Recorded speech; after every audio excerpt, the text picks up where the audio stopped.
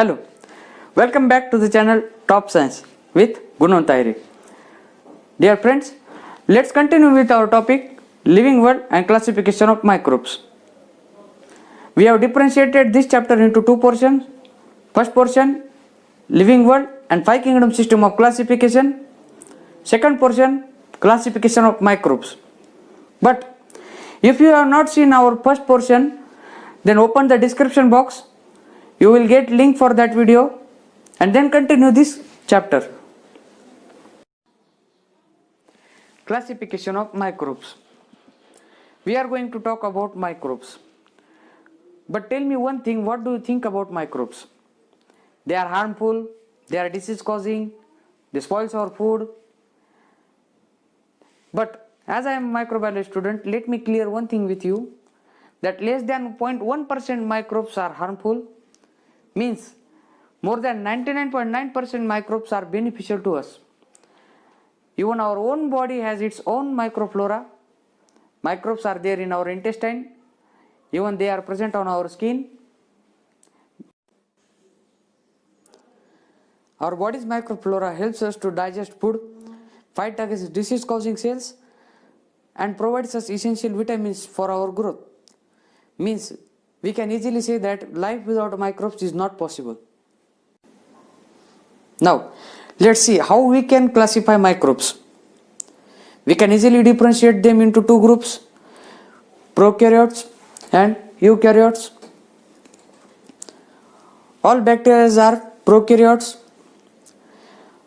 Eukaryotic organisms can also differentiate into three groups, protista, fungi and algae.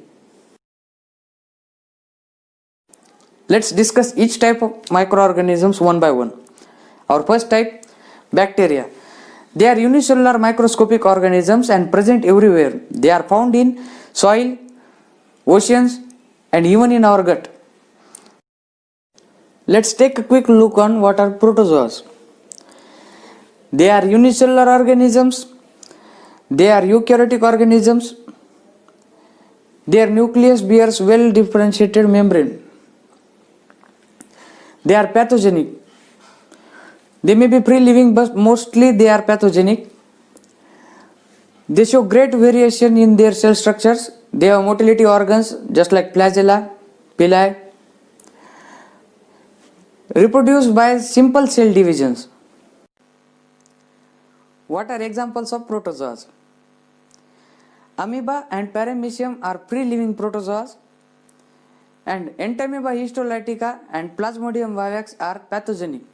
They cause diseases to humans. Let's take a quick look on what are fungi. They are unicellular or multicellular. Mostly they are multicellular organisms. They are eukaryotic organisms and mode of nutrition is saprophytic. They uptake their nutrition from dead and decaying material. They reproduce sexually or asexually. Let's see what are the examples of fungi. Baker's yeast, candida and mushrooms. Let's see what are algae. These are aquatic organisms, unicellular or multicellular. Cell type is eukaryotic and mode of nutrition is autotrophic. And photosynthesis is carried out with the help of chloroplast.